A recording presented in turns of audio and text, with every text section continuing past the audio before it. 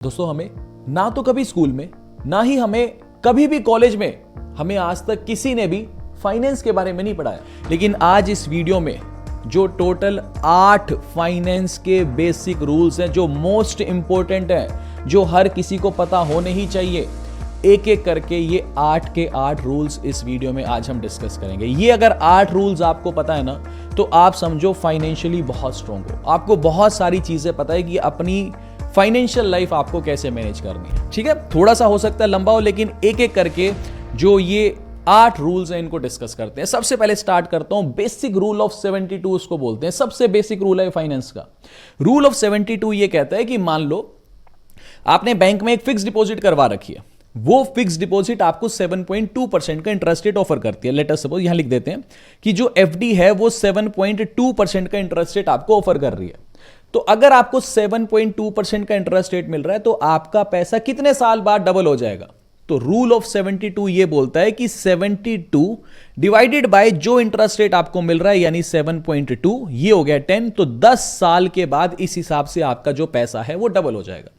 और एक एग्जांपल समझो, मान लो आपने सेविंग्स अकाउंट में ही पैसा रखा है और सेविंग्स अकाउंट में आपको सिर्फ 2.5% का इंटरेस्ट रेट मिल रहा है। ऑब्वियस सी बात है।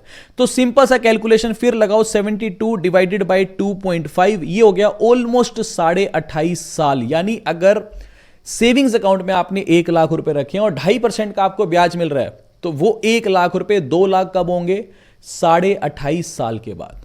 अब इस रूल को आप उल्टा भी कर सकते हो। ठीक है, ये तो सबसे बेसिक रूल है, समझ गए? तो अभी एक एक करके सारे रूल समझेंगे। इस रूल को अगर मैं उल्टा कर दूं, जैसे उल्टा इन द सेंस उल्टे तरीके से समझो, रूल ऑफ 72 है ना। अब समझो हमारे देश में महंगाई बढ़ती है लगभग 6% के आसपास। ठीक है, तो 72 डिवाइडेड बाय आप कर दो 6, ये क्या आ जाएगा? 12। यानी अब इससे आप इस रूल को उल्टे तरीके से समझ रहे हैं, ये उस तरीके से भी काम करता है। तो देश में महंगाई दर 6% से बढ़ रही है, तो मैंने 72 डिवाइडेड बाय 6 कर दिया, ये निकल के आया 12 ईयर्स। अब इसका मतलब यह है कि अगर आज किसी के पास 1 करोड़ रुपए उसके बैंक अकाउंट में पड़े हैं, एज इट इज, मान लो वो पैसा नहीं बढ़ रहा, या समझो 1 करोड़ रुपए किसी ने कैश अपने घर पे रख दिया, अब उस पे ब्याज तो मिल नहीं रहा, उस 1 करोड़ रुपए की वैल्यू आज से 12 साल के बाद आज के 50 लाख रुपए के बराबर होगी। आप समझ गए? इसको बोला जाता है बेसिक रूल ऑफ 72। समझ गए? ऐसे ही महंगाई 4% से बढ़ रही है, 10% से बढ़ रही है, तो उस हिसाब से आप कैलकुलेट कर सकते हो। यहां समझाने का मेरा मेन मोटिव यह था कि जैसे एक एग्जांपल समझो, मान लो किसी के पास 1 करोड़ रुपए हैं, उसने 1 करोड़ रुपए, कोई करता नहीं है बट इमेजिन करो, 1 करोड़ रुपए उसने सेविंग्स अकाउंट में रख दिए। सेविंग्स अकाउंट में उसको 2.5% का ब्याज मिल रहा है, तो उसका पैसा डबल कब होगा? 28.5 साल के बाद। सिंपल सी चीज है। लेकिन इसके साथ साथ एक चीज ये भी तो है कि हर 12 साल के बाद, अगर महंगाई दर आज के हिसाब से 6% के हिसाब से बढ़ती है, तो हर 12 साल के बाद आपके पैसे की वैल्यू भी तो आधी होती जा रही है। तो हम ये कह सकते हैं कि कागज पे तो 28.5 साल के बाद आपका पैसा 1 करोड़ से बढ़ के 2 करोड़ रुपए हो जाएगा, लेकिन एक्चुअल में हर 12 साल के बाद पैसे की कीमत आधी भी तो होती जा रही है। समझ गए बात को? तो इस तरीके से आप ये देख सकते हो कि इन्फ्लेशन, महंगाई किस दर से चल रही है, कि कितने साल बाद मेरे पैसे की वैल्यू आधी हो जाएगी। और आप ये भी देख सकते हो कि मुझे रिटर्न्स कितने मिल रहे हैं, कितने टाइम बाद मेरा पैसा डबल हो जाएगा। तो इससे आप ये कैलकुलेट कर सकते हो कि क्या मेरे रिटर्न्स मेरी इन्फ्लेशन को बीट कर रहे हैं कि नहीं कर रहे। समझ के बात को? इसको बोला जाता है बेसिक रूल ऑफ 72। ये आपको लाइफ में बहुत ज्यादा जगह जो है लगाने को मिलेगा। ठीक है, अदरवाइज फाइनेंशियली आप बहुत कुछ सीखोगे इस वीडियो के अंदर। ठीक है जी, सेकंड रूल पे चलते हैं। सेकंड रूल है 15-15-12 रूल, और इसी को ही बोलते हैं 15-30-12 रूल। मतलब क्या? 15-15-12 रूल का मतलब यह है कि आप 15,000 रुपए हर महीने इन्वेस्ट करोगे। ठीक है जी, कब तक करोगे? 15 सालों तक करोगे लगातार, और रिटर्न हम एज्यूम करके चलते हैं कि 12% हमारे को रिटर्न मिलते हैं। इसको बोलते हैं 15-15-12 रूल। जैसे यहां मैंने कैलकुलेटर लगा दिया कि 15,000 रुपए मैं इन्वेस्ट कर रहा हूं। ठीक है जी, 12% का रिटर्न मैंने एज्यूम किया और 15 सालों तक मैं इस पैसे को इन्वेस्ट करूंगा। 15-15-12 यानी 15,000 रुपए हर महीने इन्वेस्ट करूंगा अगले 15 सालों तक, और 12% के रिटर्न को मैं एज्यूम करके चल रहा हूं। तो इस हिसाब से अगले 15 सालों में मैं टोटल इन्वेस्टमेंट करूंगा 27 लाख रुपए। मार्केट मुझे रिटर्न कितना देगा? 44,38,000 रुपीज। यानी 15 सालों के बाद जो मेरा पैसा है वो 71 लाख, ऑलमोस्ट 71,38,000 रुपीज के आसपास होगा। समझ के बात को? तो ये क्यों बोला जाता है, अभी पूरा समझा रहा हूं। ये क्यों बोला जाता है? ये इसलिए बोला जाता है कि जो टाइम है, समय है, वो फाइनेंस का बिगेस्ट वेपन है। ठीक है, जितना लंबे समय के लिए इन्वेस्ट करोगे उतने ही ज्यादा अच्छे आपको रिटर्न्स मिलेंगे। अभी ये कैलकुलेशन समझी। अब इसके साथ ही दूसरा रूल है 15-30-12 रूल। मतलब वही 15,000 रुपए आपको हर महीने इन्वेस्ट करने हैं, लेकिन इस बार 15 साल तक नहीं करने, आपको इन्वेस्ट करने हैं 30 ईयर्स तक। रिटर्न हम एज्यूम कर रहे हैं 12% का। तो वही सेम कैलकुलेशन कि 15,000 रुपए आप हर महीने इन्वेस्ट करोगे, लेकिन इस बार 30 ईयर्स के लिए इन्वेस्ट करोगे। रिटर्न हमने वही एज्यूम किए 12%। तो इस बार, पिछली बार आपने टोटल पैसा इन्वेस्ट किया था 15 सालों में 27 लाख, इस बार आप टोटल इन्वेस्टमेंट करोगे 54 लाख रुपीस। पिछली बार 27 लाख इन्वेस्ट किया, इस बार 54 लाख इन्वेस्ट किया, लेकिन इस बार मार्केट ने आपको रिटर्न्स दिए हैं 4,08,00,000 रुपए। आप समझ के बात को? और इसके साथ साथ टोटल वैल्यू आपकी है 4,62,00,000 रुपए। यानी पहले 15 सालों में आपको रिटर्न्स मिले 44 लाख, अगले 15 सालों में लगभग, ये 4,08,00,000 में से 44 लाख हटा लो, लगभग 3,60,00,000 के आसपास। पहले 15 सालों में 44 लाख रिटर्न्स, अगले 15 सालों में 3,62,00,000 रुपए का रिटर्न्स। आप समझ रहे हो? इसीलिए बोला जाता है कि जितना जल्दी आप इन्वेस्टिंग को स्टार्ट करोगे उतना ज्यादा आपको कंपाउंडिंग बेनिफिट मिलता रहेगा। आप समझ रहे हो बात को? यानी 15 सालों के लिए जब हमने इन्वेस्ट किया तो ये कैलकुलेशन थी, वही सेम कैलकुलेशन बस हमने 30 इयर्स के लिए कंटिन्यू कर ली। समझ के बात को? तो ये रूल बहुत इंपॉर्टेंट है। जितना जल्दी आप सिंसियर हो जाओगे, क्योंकि आज मैं क्या देख रहा हूं कि जो यूथ है, जो नई नौकरियां लगा है, समझ रहे हो बात को? 20 साल तो नहीं, 22 साल मान लो ग्रेजुएशन कंप्लीट करी, 21-22 साल में, उसके बाद फर्स्ट जॉब लगती है, तो शुरू के 2-4 साल तो 0% सेविंग है कि नया नया पैसा आया, बहुत जल्दी शौक है कि कार खरीद लेते हैं, बहुत जल्दी शौक है कि आईफोन का लेटेस्ट मॉडल होना चाहिए, सेविंग्स के नाम पे जीरो है, इवन ईएमआईज चल रही हैं।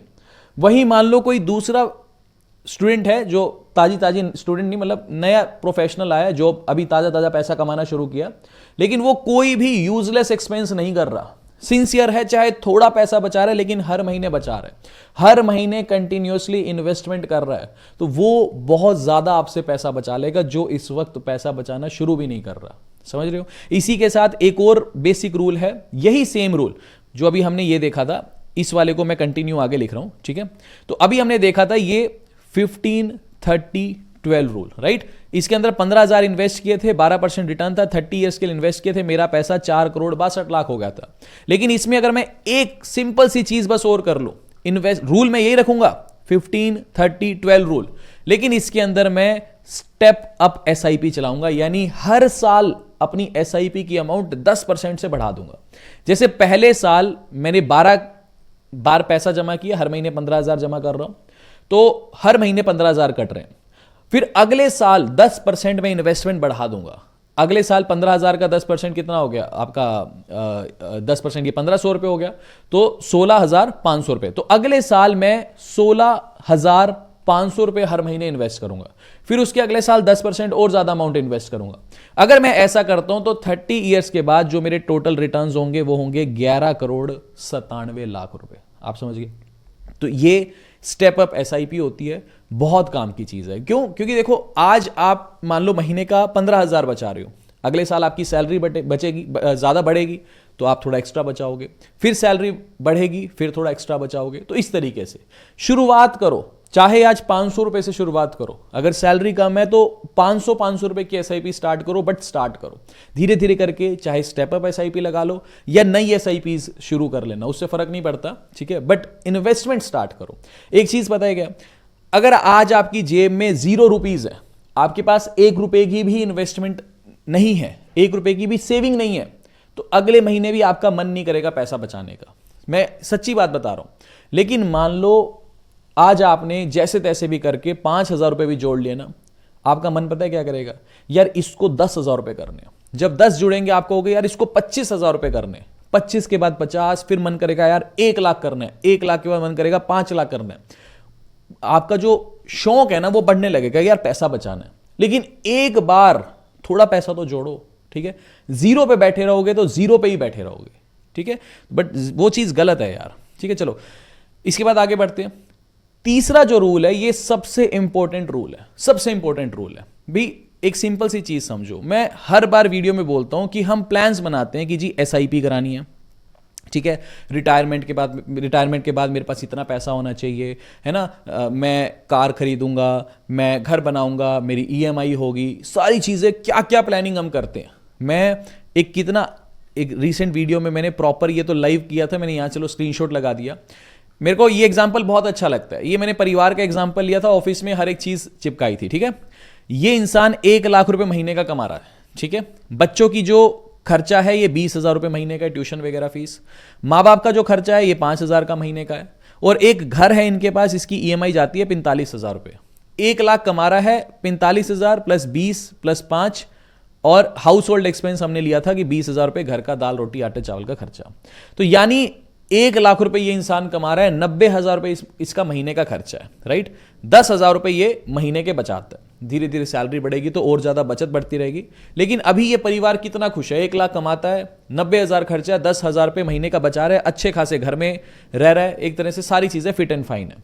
फिर उसके बाद हमने ये सिचुएशन इमेजिन की थी, ये मैंने मतलब लाइव ही मतलब माला चढ़ाई थी कि अब एक बार बस आप, मैं कुछ नहीं बोलता, बस अब एक बार इस इमेज को देखो आप। अगर मान लो ये इंसान इस दुनिया में नहीं रहता, अब आप एक बार इस फैमिली की सिचुएशन को इमेजिन करो कि क्या सिचुएशन हो चुकी होगी। आप समझ रहे हो बात को। जब तक ये इंसान था सब कुछ ठीक था। वाइफ जो है वो होम मेकर है, हाउस वाइफ है, समझ गए। तो उनके पास तो पैसा है नहीं है। अगर ये इंसान इस दुनिया से चला गया, अब आप सोचो कि 20,000 रुपए महीने की जो अच्छे स्कूल में शिक्षा लेने का खर्चा था वो 20,000 रुपए कहां से आएगा। क्या बच्चे वही एजुकेशन ले लेंगे? सरकारी स्कूल में जरूर पढ़ लेंगे, लेकिन जो अच्छे प्राइवेट स्कूल में पढ़ रहे थे क्या वो कंटिन्यू कर पाएंगे? नहीं कर पाएंगे। माँ बाप की दवाइयों का खर्चा कहां से आएगा? घर का जो बेसिक खर्चा है वो कहां से आएगा? और सबसे बड़ी बात, ये जो घर की 45,000 रुपए की ईएमआई जाती थी, अब ये कहां से आएगी? अब एक बार ये भगवान ना करे किसी का सिचुएशन हो, बट इमेजिन करके देखो इस परिवार की अब सिचुएशन क्या है, समझ गए। इसीलिए सबसे जरूरी चीज है, देखो आप जो मर्जी करो, जो मर्जी करो, आपने जैसा खर्चा करना है वैसा करो, लेकिन आपके पास टर्म प्लान और हेल्थ इंश्योरेंस होना ही होना चाहिए। आप समझ गए बात को। अब ये मैं कुछ भी पेड नहीं करना चाहता इस वीडियो में, मैं ये नहीं कहूंगा आप मेरे लिंक से खरीदो या जो भी चीज है, बट आपके पास होना चाहिए यार। अच्छी सी जगह से लो, अच्छी सी कंपनी का लो, खुद से लो, बट ये रूल है यार, आपके पास टर्म प्लान और हेल्थ इंश्योरेंस होना ही चाहिए, ठीक है। आज की डेट में इसके बिना लाइफ बहुत ज्यादा डिफिकल्ट है, ठीक है। चलो अब अगले रूल पे चलते हैं। ये रूल है 6x रूल, ठीक है। 6x रूल क्या कहता है? ये मैं आपको सारे फाइनेंस के जो 8 रूल्स हैं ना, वो सारे वो रूल बता रहा हूं जो बहुत इंपॉर्टेंट है, और ये सब बेसिक रूल्स हैं, ये आपको पता होने ही चाहिए। ये रूल कहता है कि टर्म इंश्योरेंस आपके पास होना चाहिए, हेल्थ इंश्योरेंस आपके पास होना चाहिए, प्लस 6 महीनों का इमरजेंसी फंड आपके पास होना चाहिए, समझ गए।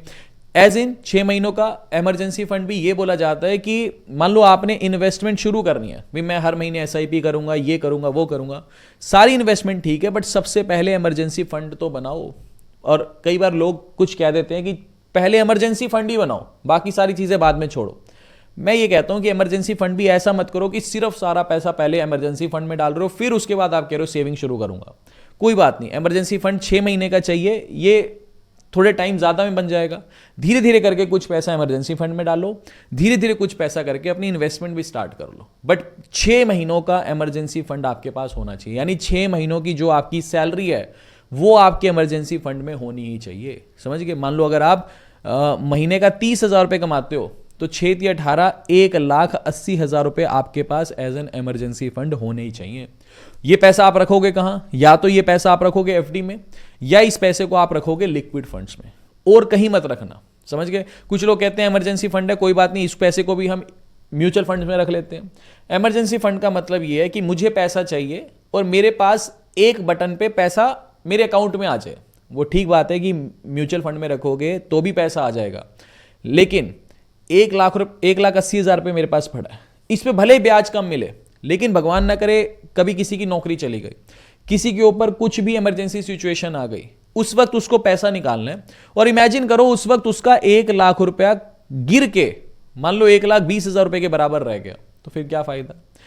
एक चीज समझो, मैं क्यों मना कर रहा हूं इस पैसे को म्यूचुअल फंड में रखने के लिए, क्योंकि समझो यार, इंसान की नौकरी कब जाती है, जब मार्केट्स क्रैश करती हैं, मार्केट में रिसेशन आता है, तभी नौकरियां जाती हैं, ठीक है, और तभी प्रोबेबिलिटी है कि आपको इस इमरजेंसी फंड की जरूरत पड़ेगी। तो मार्केट जब क्रैश होगी, आपने इमरजेंसी फंड का पैसा भी म्यूचुअल फंड में इन्वेस्ट किया हुआ है, इक्विटी में इन्वेस्ट किया हुआ है, तो उस वक्त आपका पैसा भी लुढ़केगा, 1,80,000 से गिर के 1,20,000 के बराबर, 1 लाख के बराबर भी आ सकता है, और उस वक्त ही रिसेशन आएगा तो नौकरियां भी जाएंगी। तो क्या फायदा, जब आपको पैसे की जरूरत थी तो आपके पैसे की वैल्यू गिर गई है।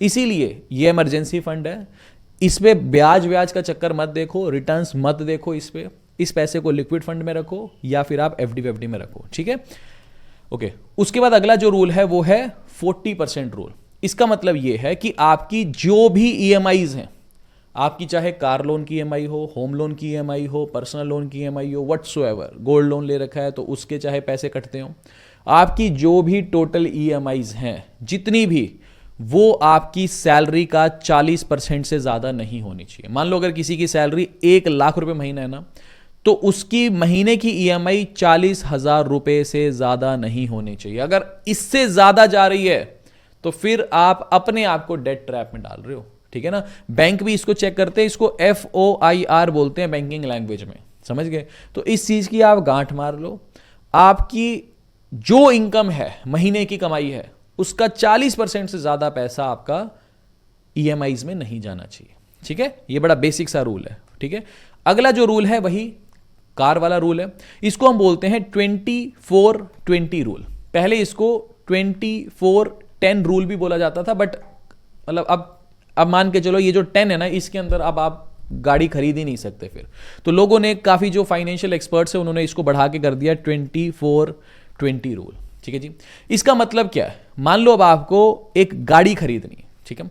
गाड़ी खरीदते टाइम 20% आप जो पैसा है वो डाउन पेमेंट करोगे खुद से, ठीक है। इमेजिन करो आपके पास 10 लाख रुपए की एक गाड़ी खरीदना चाहते हो, तो 2 लाख रुपए की आप डाउन पेमेंट करोगे ही करोगे, 8 लाख रुपए का आप जो है लोन ले सकते हो, राइट। इसके बाद अगला जो है ये 4, इसका मतलब ये है, अब जब हम कार लोन लेते हैं तो मैक्सिमम टेन्योर आप 7 ईयर्स का ले सकते हो, लेकिन आप 7 ईयर्स का टेन्योर नहीं रखोगे। जैसे हम होम लोन जब लेते हैं तो होम लोन भी मैक्सिमम 30 ईयर्स के लिए मिल जाता है, लेकिन हम बेस्ट टेन्योर क्या रहता है, या तो 10 साल का रखो या 15 साल का रखो, ठीक है, आप मैक्सिमम इंटरेस्ट बचा सकते हो तभी। ऐसे ही कार लोन आपको मैक्सिमम 7 ईयर्स का मिल जाएगा, लेकिन आप 7 ईयर्स का नहीं लोगे, आप 4 ईयर्स का ही कार लोन लोगे, ठीक है। समझ के बात को, पहला क्या है, जितने की गाड़ी है उसका 20% पैसा आप डाउन पेमेंट करोगे। दूसरा 4 ये है कि आप जो लोन लोगे वो मैक्सिमम जो है 4 सालों के लिए लोगे। और तीसरा जो 20 है, उसका मतलब यह है कि आपकी गाड़ी का जो भी महीने का खर्चा होगा, चाहे आपकी गाड़ी की ईएमआई कटे, गाड़ी के अंदर पेट्रोल डीजल जो भी डले, गाड़ी की सर्विसिंग जो भी है, वो आपकी मंथली सैलरी के 20% से ज्यादा एक्सीड नहीं होनी चाहिए। मान लो महीने की कमाई अपनी 1 लाख रुपए, तो गाड़ी का महीने का खर्चा किसी भी पॉइंट ऑफ टाइम पे 20,000 रुपए से ज्यादा का नहीं होना चाहिए। समझ के बात को। एक सवाल और आता है कि मान लो अब मेरे पास कुछ एक सेविंग्स है, ठीक है, ये समझ के 24-20 रूल। एक और है कि मान लो मेरे पास, जैसे मैं 10 लाख रुपए की गाड़ी खरीदना चाहता हूं, मेरे पास इस वक्त जैसे मान के चलो कि 50 लाख रुपए की सेविंग्स है, ठीक है। तो ये भी बोला जाता है कि इसका 10%, आप समझ रहे हो, मान लो आपके पास टोटल पैसा 50 लाख है, तो इसका मैक्सिमम 10% पैसा ही आप यूज करो गाड़ी खरीदने के लिए। आप समझ गए, बेसिक रूल यही बोला जाता है। लेकिन वही चीज है कि महंगाई इतनी बढ़ चुकी है कि इन चीजों के अंदर कुछ आता नहीं। अगर आप मान लो किसी फाइनेंशियल किताब के अंदर जाके पढ़ोगे ना, बेसिक कार प्रिंसिपल कार को खरीदने के, तो यही बोला जाता है कि आपके पास जितनी बचत है उसका 5% ही आप गाड़ी खरीदने में यूज करो। लेकिन वही चीज है कि अब लोगों के पास 50 लाख क्या, आज की डेट में तो सिचुएशन ऐसी है, किसी के पास 10 लाख रुपए इकट्ठे हो जाए ना, वो कहता है गाड़ी खरीदनी है। हमारे माँ बाप थे, मतलब समझ लो बात को, जब वो अपने टाइम पे पैसा कमाते थे, क्या उनके पास 10 लाख नहीं थे? क्या उन्होंने कभी गाड़ी खरीदी? कभी भी नहीं खरीदी। 2 व्हीलर पे, स्कूटी पे, बाइक पे सारी जिंदगी निकाल दी, गाड़ी खरीदी नहीं खरीदी। उनके पास 25-30 लाख रुपए भी थे, वो कहते थे मेरे पास बस यही है। आप जब हम बोलते गाड़ी ले लें, गाड़ी ले लें, तो ये फीस भी तो भरनी है ना स्कूल की, पढ़ाई भी तो करानी है, अच्छे से अच्छे कॉलेज से पढ़ाया, समझ रहे हो बात को, लेकिन गाड़ी खरीदी नहीं खरीदी। लेकिन आज सिचुएशन क्या है कि मैं किसी के पास 10 लाख इकट्ठे हो जाए ना, वो कहता है गाड़ी खरीदनी है, गाड़ी खरीदनी है, 10 लाख से भी महंगी गाड़ी खरीद लेंगे। क्यों? कैलकुलेशन चलती है कि यार ईएमआई बन जाएगी, डाउन पेमेंट 2.5-3 लाख रुपए करेंगे, ठीक है, और गाड़ी खरीद लेंगे। बेसिक सी चीज है, समझ गए बात को। तो फिर वो डेट ट्रैप, कुछ सेविंग्स नहीं होती, 0% सेविंग बनी रहती है।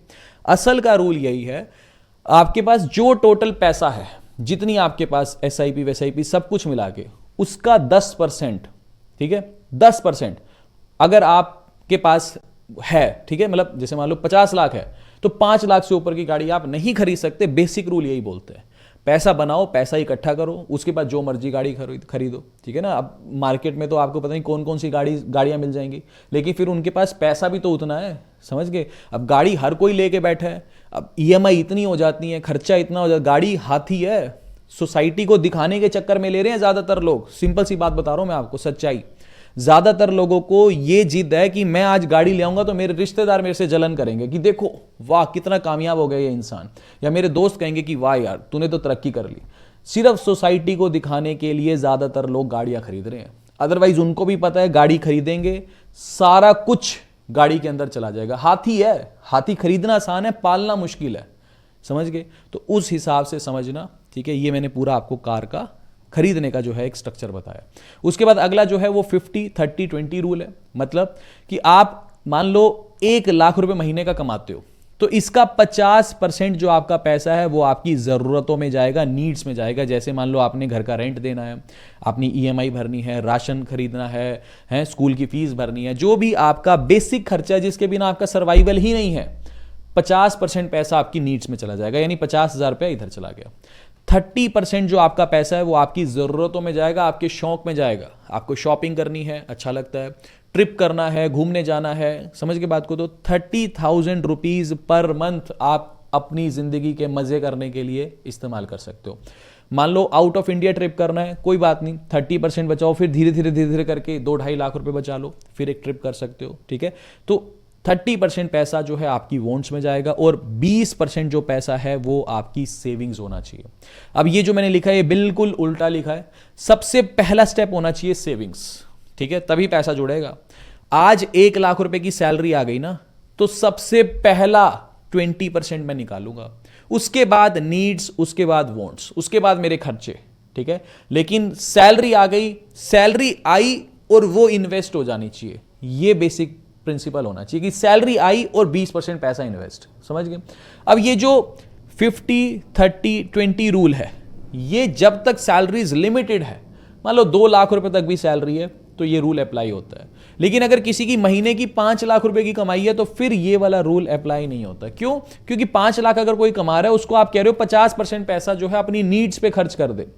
5 लाख का 50% 2.5 लाख रुपए हो गया। अब वो 2.5 लाख रुपए थोड़ी खर्च करेगा ट्यूशन की फीस या फिर रेंट पेमेंट्स और वो सारी चीज़ें नहीं करेगा। अगर वो कर रहा है तो फिर वो बेवकूफ़ है कि इतना ज़्यादा पैसा थोड़ी खर्च करना है। 30% पैसा थोड़ी ना आप यार OTT प्लेटफॉर्म्स की सब्सक्रिप्शन लेने में या ट्रिप्स मारने में उड़ा दोगे, ठीक है। और सिर्फ 20% पैसा थोड़ी ना बचाओगे। 5 लाख महीने का कमा रहे हो, क्या सिर्फ 1 लाख रुपए बचाओगे? 4 लाख खत्म कर दोगे? नहीं। अगर पैसा बहुत ज़्यादा कमा रहे हो तो फिर ये रूल अप्लाई नहीं होता, उसमें फिर ये सेविंग्स का पार्ट आपको बढ़ाना पड़ेगा। लेकिन अगर आपकी सैलरी 2 लाख रुपए महीने तक है, फिर ये रूल अप्लाई होता है, ठीक है। क्योंकि फिर आप समझो 2 लाख रुपए, मान लो किसी की सैलरी 30,000 रुपीज़ पर मंथ है, तो वो वैसी ही जिंदगी जिएगा। उसके बाद गाड़ी भी नहीं होगी, वो बाइक पे ही होगा या फिर 2 व्हीलर स्कूटी पे होगा। कोई 2 लाख महीने का कमा रहा है, उसके बाद गाड़ी होगी, उसके खर्चे भी बढ़ चुके होंगे, समझ के बात को। लेकिन इससे ऊपर अगर कोई जाता है तो फिर उसको सेविंग्स का पार्ट बढ़ाना पड़ेगा, ठीक है। अब हर तरह के लोग हैं तो फिर सबको अपने अपने हिसाब से देखना। लास्ट जो रूल है, 8th रूल, ये है 100 माइनस योर एज। इसका मतलब है मान लो आपकी एज 30 ईयर्स है, तो 100 माइनस 30 ये हो गया 70। तो इसका मतलब ये है कि 70% आप जो पैसा है आपका, 70% पैसा आप इक्विटी में इन्वेस्ट कर सकते हो, यानी मार्केट में इन्वेस्ट कर सकते हो। उस पैसे से आप हल्का फुल्का रिस्क ले सकते हो। बचा हुआ 30% पैसा आप डेट में इन्वेस्ट करो, चाहे एफडी कराओ, चाहे डेट म्यूचुअल फंड में डालो, चाहे आप गवर्नमेंट स्कीम्स में डालो, ऐसा रहता है, ठीक है। अब मान लो कोई एज्ड है, मान लो किसी की एज 70 साल है, तो 100 माइनस 70 हो गया 30, तो इस इंसान को सिर्फ 30% पैसे से ही रिस्क लेना है।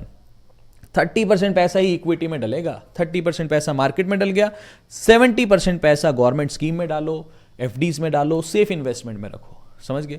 लेकिन इस रूल का भी एक चीज है कि आपके रिस्क एपेटाइट के ऊपर ही डिपेंड करता है। किताब लिखने वाले तो लिख देते हैं 100 माइनस योर एज, ठीक है, मैं मना नहीं कर रहा, बहुत अच्छा रूल है, लेकिन एक चीज समझो, मैंने एक बार पहले भी वीडियो में यही रूल समझाया था कि 100 माइनस योर एज, राइट। मान लो दो लोग हैं, एक है ए और एक है बी, ठीक है जी। ए का परिवार बहुत सुखी है, इसका बैकअप बहुत जबरदस्त है, ठीक है। ए भी 50,000 की नौकरी करता है, बी भी 50,000 रुपए की नौकरी करता है। ए के जो फादर हैं वो भी गवर्नमेंट जॉब करते हैं, मदर भी गवर्नमेंट जॉब करती है, ठीक है। इनके पास बैकअप में अच्छी खासी प्रॉपर्टी है, ठीक ठाक पैसा है। अब ये फिलहाल 50,000 रुपए कमा रहा है और दोनों की एज 30 ईयर्स है, इसकी भी 30, इसकी भी 30। तो ए तो कह देगा ना कि ठीक है ना, 70% पैसा मैं इक्विटी में इन्वेस्ट कर देता हूं, हल्का फुल्का नुकसान भी हो गया तो कोई बात नहीं, मेरे फादर की बहुत ज्यादा प्रॉपर्टी है, फादर को अच्छी खासी खुद भी इनकम आ रही है।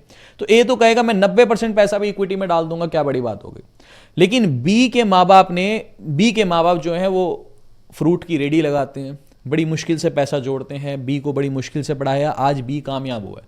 लेकिन फैमिली की सिचुएशन ऐसी है कि बी की सिस्टर भी है, उसकी भी शादी करनी है, बी को अपना खुद का घर भी बनाना है, किराए पे रहता है। तो क्या बी कह देगा कि मैं 70% पैसा, कोई बात नहीं मैं इक्विटी में इन्वेस्ट कर दूंगा, मेरी अभी उम्र कम है तो मैं 70% तक पैसा इक्विटी में इन्वेस्ट कर सकता हूं? नहीं, हर किसी की फैमिली सिचुएशन के ऊपर भी ये डिपेंड करता है। लेकिन अगर आपकी फैमिली सिचुएशन ठीक है तो फिर ये 100 माइनस योर एज वाला कंसेप्ट बिल्कुल ठीक बैठता है। एक्चुअली ज्यादातर जो बुक्स लिखी होती हैं वो वेस्टर्न कंट्रीज के ऑथर्स ही लिखते हैं ना, तो वहां पैसे की कमी है नहीं है, तो वो अपने हिसाब से लिख देते हैं कि 100 माइनस योर एज, सबके पास पैसा है ही ऑलमोस्ट। तो इंडिया में अलग तरीके से चलता है भाई, इंडिया में बहुत लोग बहुत गरीबी से ऊपर उठते हैं, ठीक है, तो उनके लिए काम नहीं करता है कि ठीक है यार रिस्क ले लो, हर किसी के पास पैसा थोड़ी ना है। तो उस तरीके से फिर आपको चलना है, ऐसा आंख बंद करके नहीं कि किसी की भी वीडियो देख लियो ठीक है यार 70% पैसा जो है हम मार्केट में इन्वेस्ट कर देंगे। मार्केट कितना वॉलेटाइल है आज की डेट में, ठीक है। ये सारे रूल्स थे, उम्मीद करूंगा आपको ये सेशन इन्फॉर्मेटिव लगा होगा। अगर ये सेशन इन्फॉर्मेटिव लगा तो प्लीज वीडियो को लाइक, चैनल को सब्सक्राइब जरूर किया करो, प्लीज सपोर्ट किया करो, अपने दोस्तों के साथ ऐसी वीडियो शेयर किया करो, रिश्तेदारों के साथ किया करो, हमें बहुत मोटिवेशन मिलता है। तो अभी के लिए this is end of the video, thanks for listening and thank you all.